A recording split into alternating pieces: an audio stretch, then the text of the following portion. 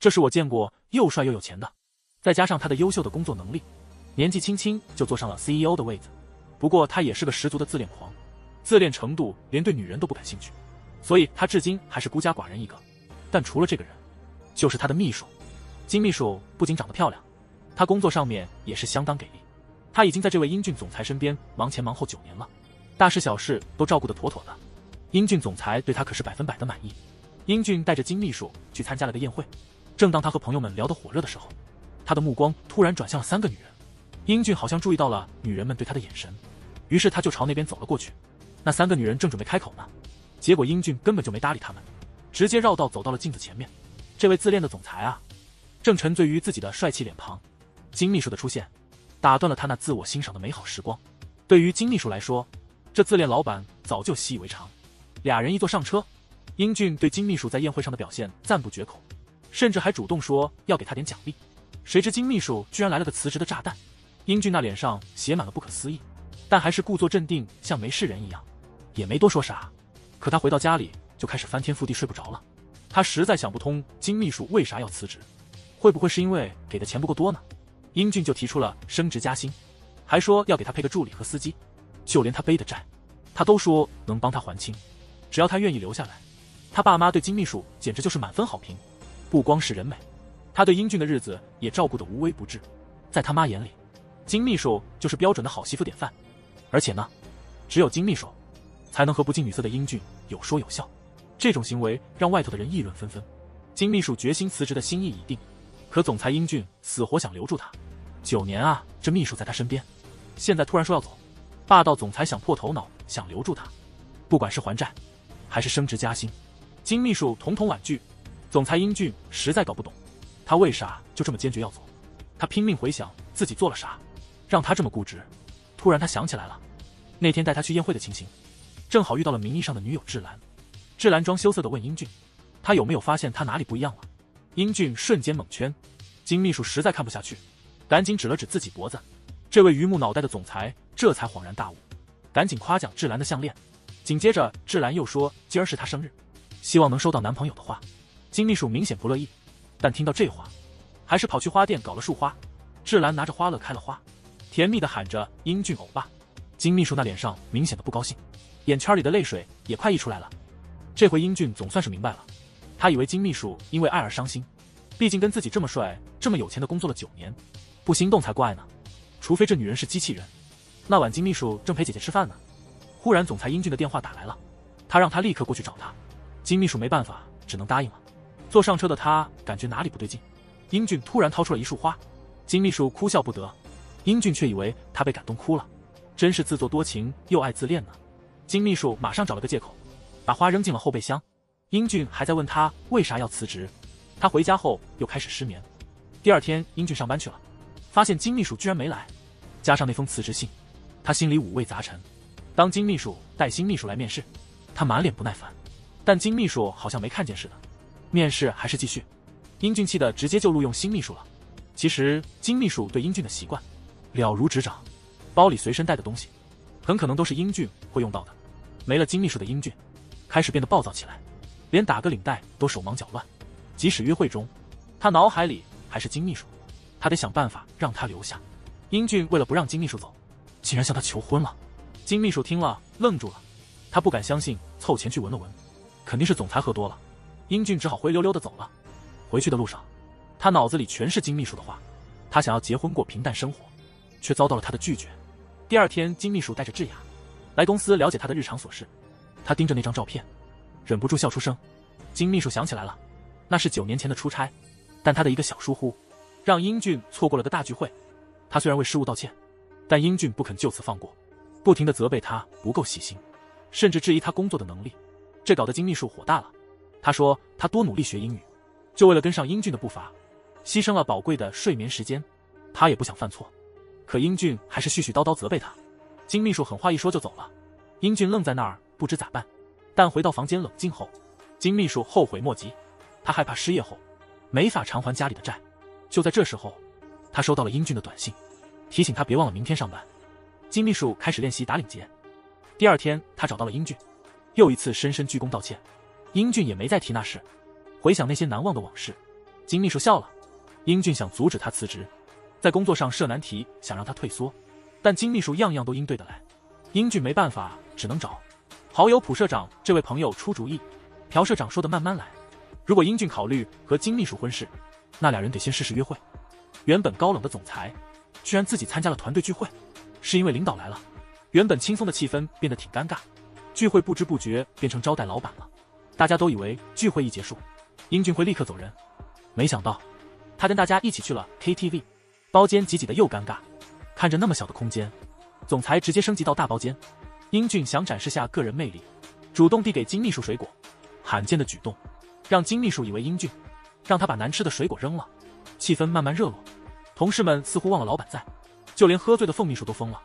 欢乐的聚会就这么结束了。英俊把金秘书送到家楼下，还说这种浪漫体贴会成为他日后的常态。没想到英俊表白又被拒，金秘书没多说什么就走了。英俊满脑子问号，开始短信轰炸金秘书。金秘书终于爆了，指责他从不顾及他人，只关心自己，永远不懂体贴，不能容忍一点差错，事事求完美，还要员工随叫随到。他在他边上，9年工作特别累。第二天英俊一来公司，整个人都显得高冷。金秘书想帮他系领带，也被他冷淡拒绝了。不止这些，英俊把工作都丢给了智雅，让金秘书赶紧交接工作，但他其实让智雅假装配合金秘书交接工作。英俊想尽办法让金秘书回头，他在餐厅搞了个调查问卷，全是为了完成金秘书的心愿，还装作同事的名义把金秘书约出来到游乐园门口。就在那一刻，周围的灯光一下子全亮了，浪漫的音乐喷泉，炫目的烟花表演，还有像童话里的王子。当看到一脸骚包的英俊缓慢向他走来时，金秘书开心极了。本来以为游乐园关门了，英俊却叫他陪他进去。对有钱的总裁来说，游乐园也能成他的玩物。英俊带着金秘书尝试了好多刺激的游戏，可这不是金秘书的菜。于是他们去了旋转木马，金秘书的愿望就这么实现了。后来英俊还带他去豪华餐厅吃饭，还细心给他切牛排。饭后两人上了游船，不出所料，有钱总裁又包了场，浪漫气氛将上夜渐凉。金秘书想要给自己围上围巾，自恋的英俊以为是给他的，这直男总裁还真是迟钝。烟花突然灿烂的绽放，英俊望着高兴的金秘书，那笑容好像触动了他，马上把自己的外衣轻轻搭在金秘书肩上。第二个愿望也实现了。就在他们即将告别，英俊从车后备箱取出挑选好的礼物，那牛娃娃是对金秘书9年辛劳的一个肯定。第3个愿望也达成。就在那一刻，英俊还有最后一步没迈出，那就是告别之吻。金秘书盯着逼近的英俊，他差点沉醉在他迷人的脸庞，但金秘书用那牛娃娃挡下了吻。英俊和金秘书心里可能都已经动了情，都在等待下一步。本来是庆祝哥哥回国的家庭聚餐，兄弟俩因童年的事心存芥蒂，餐后谈话变成了争吵。哥哥情绪激动给了英俊一拳，英俊正要反击，妈妈突然出现制止了。面对哭泣的妈妈，英俊最终没动手就走了。心情糟透的英俊竟开车到金秘书家下，虽然看到家里亮着灯，但没勇气去敲门。正打算悄悄离开，却不期然遇见了金秘书。看到他的笑容，英俊的坏心情也跟着好起来，他也情不自禁地笑了。金秘书惊讶地看到半夜找自己的英俊，真是难以相信。发现英俊脸上的伤痕，下意识地拉他回家。门一开，家里乱七八糟，先把英俊拦在门外，收拾干净再让他进来。对面坐下来的时候，不知如何是好的英俊一动不动。金秘书忍不住提示他，英俊这才往前靠，看着金秘书帮自己处理伤口，英俊心里一阵悸动，心里眼里现在全是金秘书。金秘书回望的那一秒，眼神再次交汇，英俊痛得立刻回过神来。金秘书感觉到了英俊的沮丧，进金秘书房间的那一刻，看到了送的牛娃娃，想把娃娃翻过来时，金秘书急忙制止，担心衣服弄得到处都是，结果脚一滑，两人不小心摔在床上，一下子愣住了。金秘书想起身，却被英俊紧紧抱住，这份深情让人心动。金秘书听了吓了一跳，英俊硬撑着说那是书上的话，尴尬就这么烟消云散。英俊第一次在金秘书家吃饭，第一次尝试泡面，没想到那泡面添加剂的味道也挺好。看着英俊吃得那么香，金秘书也笑了，这样的总裁真不多见。为了留住秘书，早上开车接上班，还贴心准备早饭，还非得看着金秘书吃完。英俊那出其不意的体贴关心，让金秘书有点不知所措，甚至等电梯的那会儿，英俊让金秘书先走，电梯里，他坚持要跟金秘书并肩站。更让人意外的是，员工打招呼的时候，那个一贯高冷的总裁英俊，居然回应了他们。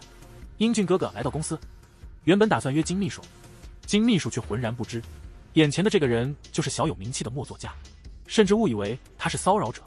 直到莫大大亲口透露身份，金秘书这才松了口气，因为那家图书馆快开业，要搞签售，早就请了莫作家来活动。于是俩人坐咖啡厅聊签售的细节，走的时候互留了联系方式。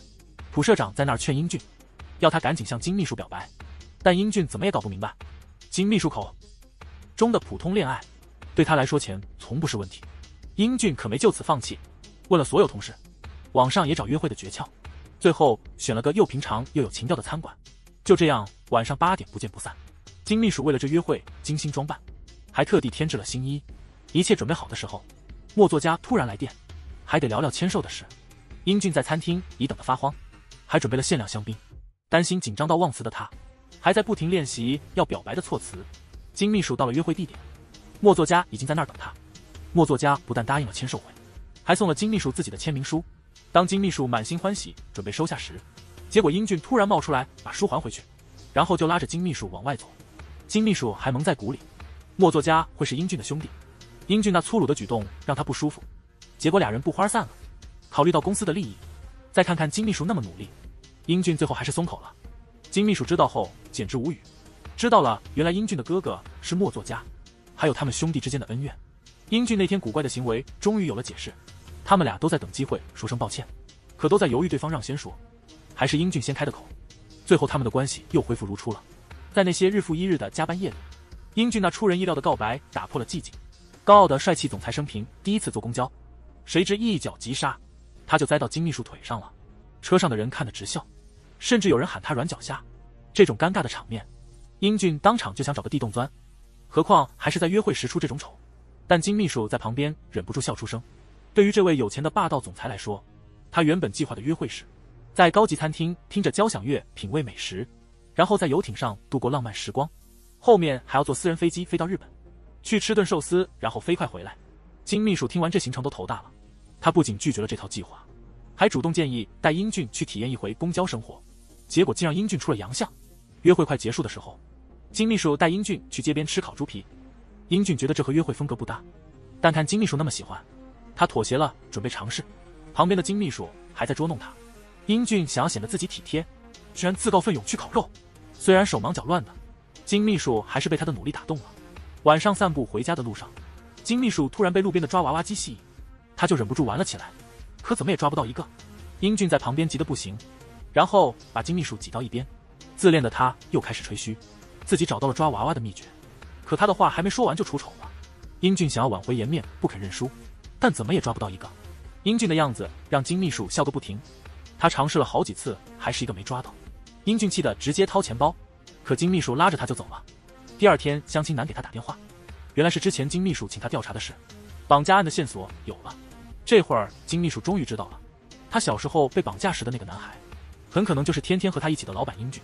多年的寻找的人，原来他就在身边。他在看英俊的眼神忽然多了份亲近感，他对英俊的吩咐言听计从。金秘书的态度大变，英俊觉得不可思议，但是自恋的他以为是。金秘书越来越迷上他了，英俊决心要进一步赢得他的心，所以又站在了抓娃娃机前。经历了一次又一次的失败，英俊终于抓到了一个。他迫不及待地跑回公司，想给金秘书一个惊喜，结果金秘书看到娃娃竟然感动得哭了。同时金秘书从智雅那边听说了莫作家小时候也有被绑架的经历，奇怪的是他被绑架的情况跟我一模一样。为了弄清楚真相，金秘书直奔英俊那儿去了。英俊承认他哥哥确实失踪过。当金秘书问到莫作家，他说他记不得那段经历了，甚至趁机说了英俊的坏话。但金秘书不太信，他不觉得英俊会是那种人。他在英俊书架上偶然找到一份文件，开始觉得事情可能没那么简单。童年的那些伤害对永久来说是刻骨铭心的。金秘书记得小时候被绑那会儿蜘蛛就在场，所以一看到蜘蛛他就会不由自主地想逃开。幸好英俊立刻把蜘蛛处理了。他希望金秘书别再纠结过去，尝试忘掉那些不开心的事。可金秘书下定了决心，他想追寻回那些失落的记忆。英俊也没再阻止，反而支持他去勇敢面对。夜晚悄然降临，他们终于回到了度假村，却错过了大家的晚餐。没辙，两人只好泡面凑合。对英俊而言，与金秘书共度的每一刻都很珍贵，即使是吃泡面这种小事。第二天一早，英俊匆匆返公司，参加个重要会议，同时还记得发消息告诉金秘书，他精心准备了个礼物，希望晚饭后金秘书能找他一趟。金秘书打扮得漂漂亮亮，当他出现在英俊家门口，他那迷人的美让不多话的英俊都不得不夸他几句。因为在公司团建时，他们晚归错过了烤肉晚会，所以英俊为了弥补金秘书的遗憾，专门搞了个家庭版烤肉约会。当英俊看到金秘书那感动的小眼神，便自信满满的秀出了他的烤技。没想到很快就被打脸了，因为肉已经所剩无几了。在这之前，英俊多次练习烤技，但最终没能烤出完美的口感，结果留下了一堆糊了的肉。结果呢，最后他俩就点了披萨和可乐。虽然烤肉没有吃成，但披萨和可乐也挺好。当两人心有灵犀的把披萨递给对方时，彼此都忍不住笑了起来。就这样，两人交换着披萨。英俊发现金秘书嘴角沾了点酱，下意识的伸手去擦，于是两人的目光再次交织在一起，气氛一下子暧昧了起来。英俊慢慢靠近金秘书，金秘书准备接受了这个吻。就在这一刻，英俊的脑海里闪过了童年的遭遇，暖昧的气氛戛然而止。英俊还没开口解释，好友朴社长不知怎么蹦出来了，好在化解了两人的尴尬。金秘书也抓住机会离开了，但金秘书还是摸不着头脑。不管是办公室还是家里，英俊每次都在关键时刻打住，霸道总裁情不自禁的想要亲吻漂亮的秘书，然后忽然就想起过去的噩梦，两人尴尬不已，浪漫气氛戛然而止。正好朴社长出现，化解了尴尬气氛。金秘书趁机一溜烟的走了，然而他始终想不明白，为什么每次亲昵的时候，英俊总是突然停下。金秘书猜测背后肯定有故事。第二天，朴社长意外遇到了金秘书，对于昨天突然造访，弄坏了他们俩约会的事儿，他表示歉意。金秘书急忙澄清，叫他别想歪了。他顺势问了问英俊脚上的伤怎么回事，可朴社长说自己也没太明白，不知道那些伤是哪儿来的，只知道英俊脚上有那么几处伤痕，毕竟英俊自己也没主动提过。金秘书就是想不通这事儿。英俊无意中看到他那苦恼的样子，让英俊误会金秘书还在纠结那次没接成的吻。这时候郑部长找到英俊报告工作，瞧着游乐场接吻的海报，英俊又想起了那2次没吻成的情形，可他不知道该怎么开口解释，就想找点什么补偿金秘书。英俊有点别扭地走到金秘书面前，想说的话却就是说不出口，索性找借口说自己血糖低，然后抢过金秘书手里的糖果，走前还嘚瑟了一把。同时莫作家那边又开始搞怪了，看完金秘书日记后，终于跟妈妈坦白小时候被绑那档子事，承认跟金秘书一起被绑的是自己。妈妈听了急忙约金秘书见面，金秘书就把事儿说得清清楚楚，提起童年那会儿被绑架的事。他记得当时还有个小男孩一起被绑，俩人被关在一个房间里，那小男孩冻得直哆嗦。夫人说自己儿子特别怕冷，那时穿的还是定制的开衫。金秘书就问起了英俊失忆的事。这时候莫作家突然出现，他们的谈话也就此打住。同时金秘书偶然发现莫作家脚上并没有伤痕。金秘书正准备走的时候，莫作家邀请他去参加明天的座谈会，还聊起他自己喜欢冬天，这让他越发困惑了。夜里金秘书被噩梦吓醒了，睁眼一看，手机里有条英俊发来的信息，他原来一直在他楼下等着。金秘书急忙往下跑，英俊递过来一个装着礼物的盒子，是满满一盒子的焦糖糖果。两个人不约而同笑了。转眼间莫作家的见面会就开始了，没曾料到莫作家居然当众向金秘书告白了。吃醋的英俊一转身就走了，金秘书赶紧追出去解释，听他承认了对他的心意，英俊激动不已，他巴不得马上吻他，但那些恐怖的记忆又一次打断了他们。霸道总裁终于动心了，金秘书主动吻了英俊，打破了他们之间的隔阂，他们终于如愿以偿的接吻了。这样一来，他们的恋情终于确定下来。对英俊来说，这是他人生中的第一段恋爱，他激动的想让全世界都知道他和金秘书在恋爱。当英俊送金秘书到楼下，他又一次提起了结婚的事。刚确立关系的两人自然少不了甜蜜腻歪，最后英俊还是不得不离开。英俊开车回家时，心里回想起他们小时候的约定，他们约好长大了要结婚。那一刻他迫切想见金秘书，于是他立刻掉头回去。面对突如其来的甜言蜜语，金秘书也完全陷落了。英俊紧紧抱着他，久久不愿松开，直到金秘书轻声说不他才停下来。一向工作认真的英俊居然在办公室睡着了，金秘书轻手轻脚给他盖上毛毯，走的时候被英俊突然拉进怀里，让金秘书坐立不安。英俊提议和金秘书共享午餐，这是他们成为情侣后的第一次正式约会。吃饭时，金秘书似乎还没适应两人的新关系，他还像以前那样照顾着英俊，这让英俊分不清楚，到底是约会还是工作中。为了让金秘书适应他新的角色，让他感受到恋爱的乐趣，英俊亲自倒茶，准备甜品，甚至动手打印文件，这让同事们都惊慌失措。金秘书自己也搞不清楚情况。不止这些，英俊还让他尝试自己泡的茶，结果不小心烫了舌头。英俊担心的样子被外面的同事目睹了。为了保密恋情，英俊说是为了增进员工间的交流，特别是和金秘书，这样大家才释然。但面对英俊的反常，金秘书有点接受不了，毕竟他已经当了9年的贴身秘书，以前的工作都是自己来，现在关系变了，金秘书希望能分清工作和生活，毕竟他和金微笑不同。英俊的爱没得到回应，反被批评了，这让他很受伤。他们闹别扭的分开了，下班后都在等对方先开口，但2个倔强的人都没等到。在韩国烤肉能解决一切，如果1顿不够就2顿。英俊和金秘书因误会不说话了，但爱能让人低头。英俊带着烤肉去金秘书家，承认了白天的过错。看到金秘书努力不笑，似乎接受了他的道歉，误会消除，2人开怀大笑。金秘书被英俊的让步感动到了，也承认了自己挂念他的心情，但英俊心里还是有点别扭，对金秘书白天在公司的冷淡印象耿耿于怀。金秘书解释说，在公司得保持专业。他犹豫了好久，最后还是没喊出来。突然，金秘书的姐姐们敲门了。英俊本打算趁着这个机会，正式和姐姐们打个招呼，谁知金秘书为了避免见面，居然让英俊藏进了衣柜。姐姐们一眼就看到了桌上的烤肉，猜到英俊可能来过，甚至毫不掩饰地表示支持他们在一起，因为他们对英俊的第一印象实在不佳。然而，他们的每一句话都被衣柜里的英俊听得清清楚楚，英俊听得一字不落。姐姐们想留下来喝酒，金秘书设法让他们都走了，然后匆匆打开衣柜。英俊在里面落寞地蹲着，还在抱怨自己的委屈。金秘书一个道歉，就让他停止了抱怨，随即把金秘书紧紧拥进怀里。第2天，金秘书收到了莫作家的邀请，他诚实地告诉了英俊，然后独自去了约会地点。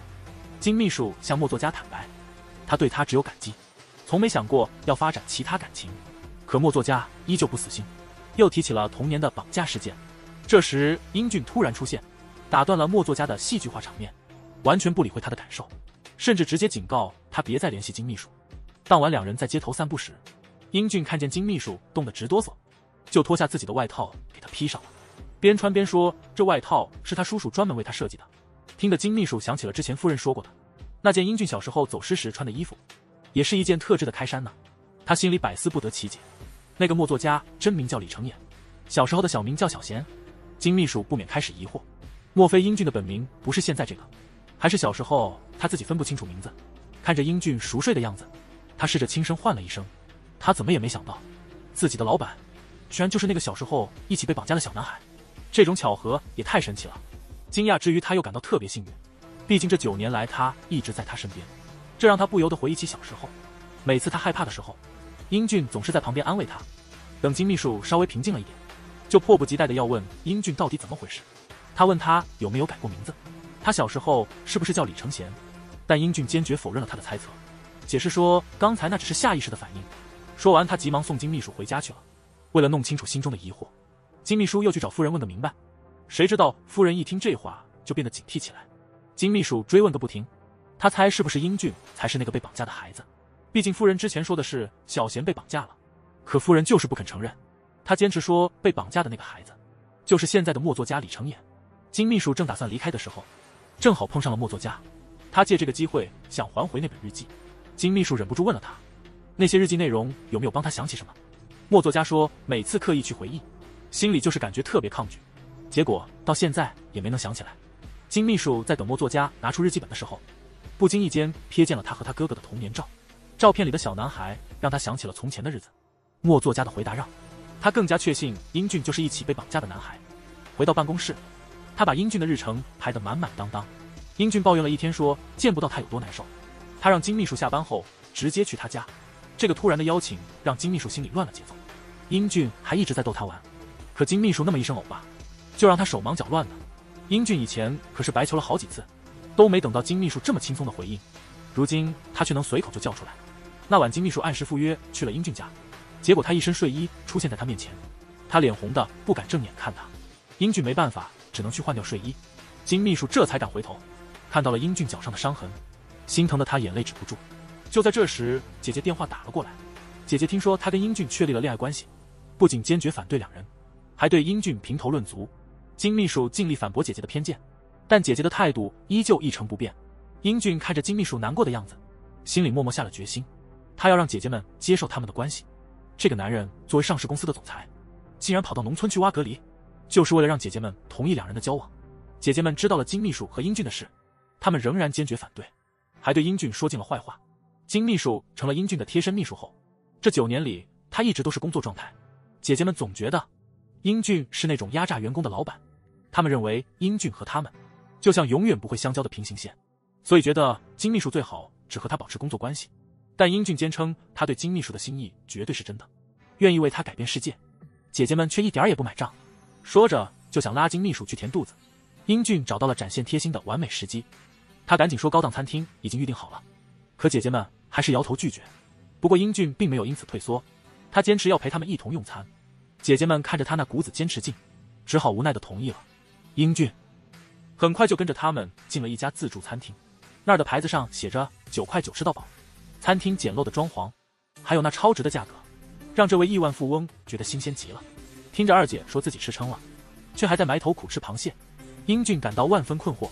他不懂为什么吃饱了还要继续吃。大姐实在忍不住解释说，吃自助餐就得吃回本，多吃点是为了让花的每一分钱都物有所值。英俊听懂后立刻宣布他也要多吃些，于是就开始疯狂地大吃特吃。谁能想到，一个又富又帅的霸道总裁竟然完全不顾形象，就为了能在9块9的自助餐里吃得超值。旁边的大姐看得目瞪口呆，英俊却以为大姐不满，还想再去加些吃的，结果老板急忙出来阻止。吃完饭，姐姐们提议去泥滩挖蛤，英俊觉得机不可失，他那突如其来的情话让金秘书羞得满脸通红。英俊迅速换上了一套专业装备，这套夸张的打扮再次被大姐吐槽。金秘书眼看着姐姐一个接一个的挑剔，心疼英俊的他马上提议来场比赛，赢家的愿望就能得到满足。英俊好奇问金秘书想要什么愿望，见着这么体贴的金秘书，英俊干劲儿一下子满格，桶里的蛤蜊很快就装得满满的。金秘书分享了他的愿望，姐姐一听对英俊的成见也消了，毕竟目睹了英俊为金秘书做出的改变。最后他们在温暖的氛围中享受晚餐。另一端，英俊的母亲把小时候的绑架真相逐一告诉了莫作家，但莫作家不肯相信这是真的，他不愿接受那个被绑的孩子是英俊，急忙去找金秘书，想听他亲口说出事情的真相。就在这时，金秘书注视着舞台上的那双红色高跟鞋，童年被绑的记忆逐渐清晰，这些回忆让他情绪崩溃。在公演的舞台上，金秘书无意间瞥见那双红高跟，童年的阴影一幕幕闪回，他终于理清了当年的真相。童年噩梦带来的恐惧让金秘书瞬间晕厥，当年绑架他的正是一位穿着红色高跟鞋的女人。那女人因为被丈夫抛弃，再加上失去孩子的痛苦，心里的痛让她彻底扭曲。她绑架了金秘书和英俊，甚至逼他们叫她妈妈，只为平息内心的创痛。没想到她最终想与他们一同了断。英俊的哀求挽回了她一丝理智，女人最后心软放过了两人，但心碎的她已经走投无路，选择结束自己的生命。为了保护金秘书的心灵不受伤害，英俊谎称外面有可怕的大蜘蛛，强忍着恐惧缓缓爬去寻找剪刀。英俊迅速用剪刀解开了金秘书的绳索，然后蒙住他的眼睛离开了那个地方。他们小时候还拉过手指承诺将来要结为夫妻。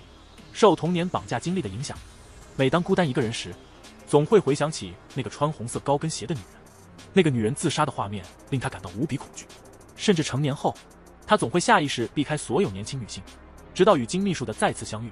尽管金秘书没能认出他，但重逢的机缘让他们再度紧密相连。不论是家庭债务还是姐姐的学费，所有的负担都落在了他一个人肩上。于是金秘书高中一毕业就开始挣钱养家。幸运的是他成了英俊的私人秘书，但由于自己能力的限制，海外工作成了难题。英俊得知后不仅给了金秘书一本语言书，甚至还天天帮他练习说话。经过一段时间的刻苦学习，金秘书终于可以流利使用多种语言交流了。英俊为了表彰他的进步，竟然又送了他一本中文教程。金秘书心里苦却说不出口。当英俊晋升时，金秘书亲手制作了一个挂饰作为庆祝。尽管英俊表面不屑一顾，但金秘书一离开，他就迫不及待地把玩着那个挂饰。金秘书过生日那天，英俊不仅特别定制了一个蛋糕给他，还请了大厨亲自下厨。就这样，两人之间的爱情悄然萌生。经历了9年的时光，英俊已是风度翩翩的企业家，而那个曾经能力有限的女孩，已成为他最信任的助手。他们最初只是工作伙伴，最终却成为了彼此的伴侣。英俊觉得金秘书刚出院应该好好休息，所以他给所有秘书放了假，还组织大家一起去酒店享受 SPA， 时不时的关心女友。他的甜言蜜语让金秘书乐开了花。他们回到了童年的绑架地点，那里因为英俊集团的收购，荒废的老城区变成了个游乐园。曾经的恐怖房子现在是旋转木马了，金秘书儿时的家也变成了许愿池。游乐园的快乐气氛治愈了他们的伤痛，他们也能轻松地聊出心里的阴影。这种坦率的邀请，也就英俊这种直男能想出来。不过金秘书还是拒绝了他的提议。可回家后，他辗转反侧睡不着。正当这时，英俊出现在了金秘书家的门口。金秘书被他那一番惊人之语给惊得说不出话来。说完，英俊就推开了金秘书，提着箱子闯进了屋，很快就把鞋子整齐地放好，衣服也挂得整整齐齐，日常用品也一并带来了，弄得跟自己家似的。英俊拿出足浴盐，本来想和金秘书一起泡泡脚的，结果情况和想象的完全不同。他们俩挤在小小的洗手间里，金秘书跟英俊说，要是不习惯还是回家去吧。可尴尬的事又发生了，英俊只好拼命夸赞马桶，试图缓解气氛。金秘书家就一张床，英俊二话不说就睡在他旁边，还特地准备了精密书专用的枕头。对没谈过恋爱的金秘书来说，这种亲密举动真是让人手足无措。金秘书显得有点不知所措。英俊掏出了那瓶藏了好久的红酒，他说喝点红酒有助于睡眠，谁知道他竟然忘了带开瓶器。金秘书脑海里灵光一闪，他说不用开瓶器也能搞定，把酒瓶塞进一个鞋子里，然后开始朝墙壁砸去。就这样用力把瓶塞弹出来了。英俊这话一出，金秘书立刻停下了手中的动作。英俊没一会儿就被叫下楼去挪车，结果下去后被阿姨给训了一顿。阿姨滔滔不绝地劝说年轻人要脚踏实地，好好工作，好好生活。金秘书看出英俊有点尴尬，就主动说要去他家过夜。虽然他睡的是客房，但他心里还是有点害怕。英俊又一次自然地躺到了他旁边，两个人就这么靠在床上，甚至没说一句话。尴尬的氛围再次笼罩着他们。这时候英俊提议唱首歌给他听，听着英俊的摇篮曲，金秘书想起了很多往事，然后很快就睡着了。英俊很温柔地吻了吻他的额头，金秘书也不知不觉抱住了他，就这样紧紧抱着他进入了梦乡。可是英俊却辗转反侧睡不着。在这种暧昧的气氛下，两个热恋中的人同处一室，英俊再也控制不住自己的情感，在酒精的驱使下情不自禁地吻了金秘书。两人终于放肆了，那压抑了9年的情感在这一刻全都爆发了。英俊轻轻解开了金秘书的蝴蝶结。就在他们要进一步的时候，这时候英俊的手机响了起来，是普社长打来的电话。公司出了个大问题，情况十分紧急，国际品牌合约要终止合作。英俊急忙跟普社长一起想办法，打算明早就飞往巴黎。金秘书孤零零在客厅等着，心里不停回放着他们之间的温柔时刻。他感到一阵阵的热浪，拿起酒杯一口接一口的痛饮。英俊弄定了应对策略，这会儿金秘书已经睡熟了，看来酒精效果真不小，他得1周后才能回来。想着金秘书，英俊不愿错过今晚的时光，他使出浑身解数想叫醒他，但都没用。英俊只好轻轻抱他上床，轻轻地给了他一个吻，他就坐在床边深情地凝视他。第二天一大早，金秘书醒来，惊讶自己在床上，他这才意识到是因为昨晚喝多了。听说英俊要出差，他赶紧帮他整理行李。英俊突然从背后拥抱他，好像永远都不想分开。金秘书虽然不能同房，但他们互留了照片，这样能稍缓解相思之苦，彼此依依不舍的深吻。英俊还没到机场，就已经开始想念金秘书。他们通过短信分享彼此的思念，视频聊天时，两个恋人甜蜜的撒狗粮。即便在工作的闲暇之余，英俊也忍不住给金秘书打电话，只为听到他的声音。金秘书一想念他，就会翻看他的照片。英俊太想念金秘书了，为了能早点回去，加紧在国外的工作进度，一落地就直奔公司，只想快点见到心心念的他。回到公司的英俊，先把其他同事都支开，然后把金秘书叫进自己办公室，忍不住紧紧拥抱了他，不想再分开半秒。霸道总裁求婚总有独特手段，钢琴旁深情演唱他爱的歌，然后单膝跪下，拿出早备好的戒指表达爱意。金秘书感动得泪流满面，微笑着轻轻点头，答应了英俊。戒指套上那一刻，两人终于实现了儿时长大要结婚的承诺。第二天，两家人围桌讨论婚礼事宜，英俊的父母提出所有一切事宜由他们来操办，这让金秘书感到有些压力。他说接受不了这么大的好意，会觉得有负担。英俊也帮金秘书说话，英俊的父母并不介意，反而因此更喜欢金秘书。双方愉快地定了婚期。婚礼前夜，金秘书身穿白纱来到英俊家，看着一步步走来的他，金秘书说他会永远爱英俊，连他吃醋的样子也爱。婚礼当天，英俊紧张的手足发抖，幸好金秘书给了他舒心丸，这才缓解了紧张。婚礼开始，金秘书挽着英俊的手步入会场，在亲友的祝福声中完婚。